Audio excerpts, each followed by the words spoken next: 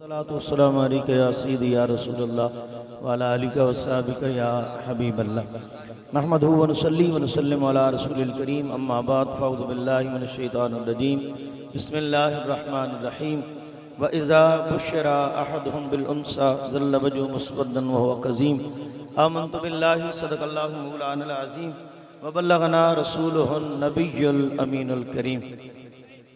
मैं अल्लाह ताला का शुक्र अदा करने के साथ जुमला इंतज़ामिया अंजुमन गुलामान मुस्तफ़ा के जुमला अराकीन जुमला तंजीमात अहले सुन्नत तमाम उश्शाकान मुस्तफ़ा को मुबारकबाद पेश करता हूँ कि अल्लाह ताला ने करम फरमाते हुए एक मरतबा फिर आप हज़रात को सरकार की आमद की खुशी के लिए चुन लिया है। ये खुशी हर किसी के मुकद्दर में नहीं है, क्योंकि जुमा शरीफ है और हमें बहुत मुख्तसर करना है। तो मैं सिर्फ इतनी बात अर्ज़ कर दूं कि इंशाअल्लाह आप तशरीफ़ रखिए, बस दो चार बातों के फ़ौरन बाद ही कुर्रा अंदाज़ी की जाएगी। जिन अहबाब ने भी मुहतरमा असमरा मलिक साहब के फर्जंद और जनाब वेलकम हबीबी अलामा अदनान मदनी साहिब, ये दो टिकट हैं, एक टिकट उलमा के लिए होगा, एक अवामुन नास के लिए होगा। एक बंदा मुसाफिर मदीना बनेगा। मलिक सालार अवान साहब, ये मुहतरमा असमरा मलिक के साहिबजादे हैं, एक टिकट उनकी तरफ से अवाम में से एक आदमी मुसाफिर मदीना बनेगा। आप हज़रात यहीं तशरीफ रखिए। आज हमारी दोहरी ईद है, जुमातुल मुबारक भी है और इमामुल अंबिया की जश्न विलादत भी है। तो बस मैं इतना अर्ज कर दूं, कुरान मुकद्दस के चंद कलिमात तिलावत किए। व इज़ा बुश्शिरा अहदुहुम बिल उन्सा ज़ल्ल वजहुहु मुस्वद्दन व हुवा कज़ीम। आज सवाल पैदा होता है कि तुम सरकार की आमद पे ये खुशियां क्यों मनाते हो? ये जुलूस निकालना, ये खर्च करना, ये गली मोहल्ले में लाइटिंग करना, ये इतना क्या ये वक्त का ज़िया है या पैसे का ज़िया है? तो मैं इतनी बात अर्ज करता कि जो बिला तफरीक गैरे किसी मसलक का भी नुमाइंदा है, कलमा रसूलुल्लाह का पढ़ता है, वो सबसे मुहातिम जो भी सरकार का कलमा पढ़ने वाले हैं। कुरान मुकद्दस ये तारीख बतलाता है कि जब तक मेरे आका तशरीफ नहीं लाए थे, व इज़ा बुश्शिरा अहदुहुम बिल उन्सा, जब उनमें से किसी एक को बशारत दी जाती बेटी के साथ कि तेरे घर में बेटी पैदा हुई है, कुरान कहता है रिएक्शन ये होता ज़ल्ल वजहुहु, ये खबर सुन के बाप का चेहरा स्याह हो जाता, मुस्वद्दन व हुवा कज़ीम, अपने हाथों की उंगलियां दांतों के नीचे चबा लेता, फिर कहता हाय मेरे घर में लानत पैदा हो गई है। घर के मर्द इकट्ठे हो जाते, एक मीटिंग बुला ली जाती, इस लानत से क्या सलूक किया जाए। कोई कहता इसे अस्तबल में डाल दो, अगर जानवरों के सुमों ने रोक दिया तो हमारी जान छूट जाएगी। कोई कहता बच गई तो जानवरों की खिदमत में मामूर होगी।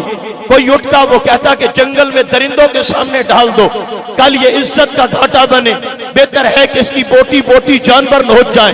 कोई उठता वो कहता मैं जिंदा दरगोर करके आता हूँ। कोई उठता माँ की छाती पे रख के जिस तरह मूली से पत्ते मरोड़ लिए जाए, एक वो भी तो जहान था, वो भी तो जमाना था, जिस तरह मूली से पत्ते मरोड़ लिए जाए, उस नन्ही सी जान का धड़ सर से अलग कर दिया जाता। लेकिन खुशियां इसलिए करते हैं, सिर्फ बरेलवी बेटियों से प्यार नहीं करते, सिर्फ देवबंदी बेटियों से प्यार नहीं करते, सिर्फ मेरे अहले तशी जो है ये नहीं प्यार करते, ये मेरे मुल्क के अहले हदीस प्यार नहीं करते। भाई यहूदियों के पास चला जा, नसरानियों के पास चला जा, हर कोई बेटी की इज्जत करता नजर आएगा। सवाल तो बनता है कि कल तक जो बेटियों को जिंदा दरगोर करते थे, आज जिगर का टुकड़ा कैसे बना के फिरते हैं। जब ताया कल भी मेरे नबी को कहानी सुना रहा था, या रसूल अल्लाह, जब मैं बिस्तर पे जाता हूँ मेरी बेटी की चीखें मुझे सोने नहीं देती, मेरी बेटी के हाथ जुड़े मुझे नजर आते हैं। मेरे नबी ने कहा ताया क्या किया? कहा मेरी नन्ही सी बेटी थी, कदम उठाने के काबिल हुई, मैं लेके जंगल में गया, मेरे या रसूल मैंने उसको गड़े में दबाया, वो हाथ जोड़ती रही, रोती चिल्लाती रही, मेरा कसूर तो बतला, लेकिन हमारे दिल में पत्थर रखे थे, हमें रहम नहीं आता था। मेरे नबी की ये कहानी सुनकर इतने इतने आंसू बरसे के दाढ़ी तर हो गई, दामन मेरे मुस्तफा का तर हो गया। अगर उम्मती हो सरकार का, अगर बेटी के लिए दिल में दर्द रखता है तो फिर ये सवाल मत करना कि मीलाद पे जश्न क्यों मनाते हो। मैं कहता हूँ सैयदा ज़हरा के बाबे के विलादत का सदका है जो तेरे घर में बेटी इज्जत से बैठी है।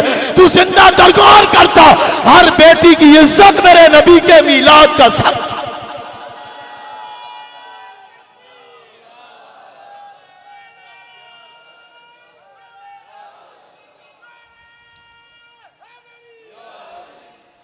आज घर में जाओ, कौन सा बंदा है जो बेटी के गम में दुखी नहीं होता।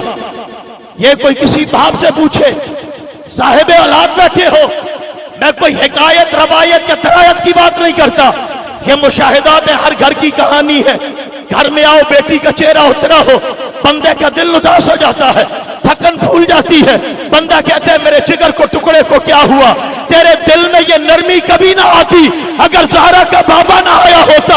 हम इसलिए गली गली जश्न मनाते हैं कि बेटियों की इज्जत का धर्म आया है, मोहम्मद मुस्तफा की विलादत का सदका।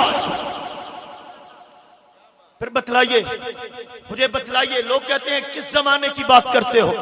मैं कहता हूं वो भी जमाना था, एक गुनाह करते थे बंदर बन जाते थे, एक गुनाह करते खंजीर बन जाते, एक गुनाह करते आसमान से पत्थर बरसते। तू और मैं हजारों गुनाह करें, करोड़ों गुनाह करें, सोते भी इंसान हैं, जागते भी इंसान हैं। कभी कुरान से मुड़ के तारीफ तो पूछ कि अल्लाह के कलाम रहनुमाई करना।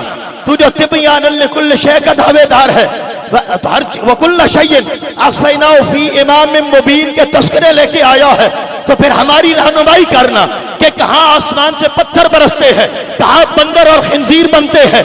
ये मौलवी की शक्ल सलामत क्यों है, हजारों गुनाहों के बावजूद बिगड़ी क्यों नहीं। कुरान आवाज देता है मा कान अल्लाह युअज़्ज़िबुहुम व अंत फ़ीहिम। ओए जश्न मनाने वाले इसी बात पे सारी जिंदगी झुका रहे, नबी की नेमतों का बदल नहीं हो सकता। तू हजार गुनाह करके सोता भी इंसान है, जागता भी इंसान।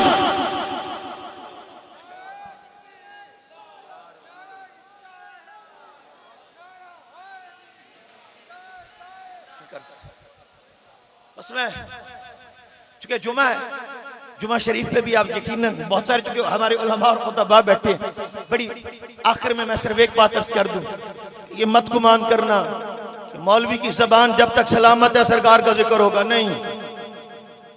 जब तक ये मेरे नाथ खान भाई बैठे हैं सरकार का जिक्र बुलंद होगा नहीं। अल्लाह फरमाता है रफ़अना अल्लाह का जिक्र, हमने किसी का मोहताज नहीं रखा। ये तो अपनी अपनी किस्मत है, रोकने वाला कौन, करने वाला कौन, ये तो रब चुन रहा है। असल बात ये इन्नल्लाह व मलाइकतहु युसल्लूना अलन नबी पढ़ो। वाक़े के अल्लाह इतलाक़ शेख अब्दुल हक मुहद्दिस देलवी, ये वो बंदा है जो हर रात सरकार का दीदार करता है।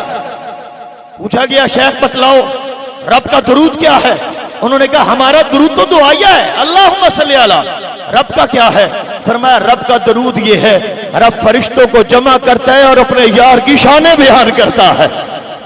अल्हम्दुलिल्लाह हम वो काम कर रहे हैं जो अर्श पे खुदा करने वाला है। एक शेर पढ़ लेते हैं, मिलके कहिए जरा सुभान अल्लाह। मैं हाथ देखना चाहता हूं, पता नहीं कौन मुसाफिर मदीना बनने वाला है। मिलके कहिए अल्लाह अकबर। ज़िक्र तेरे यार दा मौला करे रे। कौन कौन करना चाहता है? हाँ जी, जोराबाद वाले करें ना करें। इमाम अली बिन बुरहानुद्दीन अलवी कहते हैं फला यमुर्रु बिहजरिन वला शजरिन इल्ला क़ाल अस्सलामु अलैका या रसूलल्लाह। ये तेरी खुशनसीबी है कि तेरे मुंह से या रसूलल्लाह निकले, नहीं तो रब तो चाहता है पत्थरों से कहलवा देता है, रब चाहता है दरख्तों से कहलवा देता है। मिलके पढ़िए ताकि इजाजत लें और दुआ करें और कुरानदाफी की जाए। मिलके कहिए ज़िक्र तेरे यार दा मौला करे मौला तू भी राजी मैं भी अपना ठहरेदार। आखिर में एक छोटी सी बात अर्ज करता हूं, ये आपके पड़ोस मुल्क में पीएचडी करने वाले ज्यादा, डॉक्टर ज्यादा। अब देखिए ना,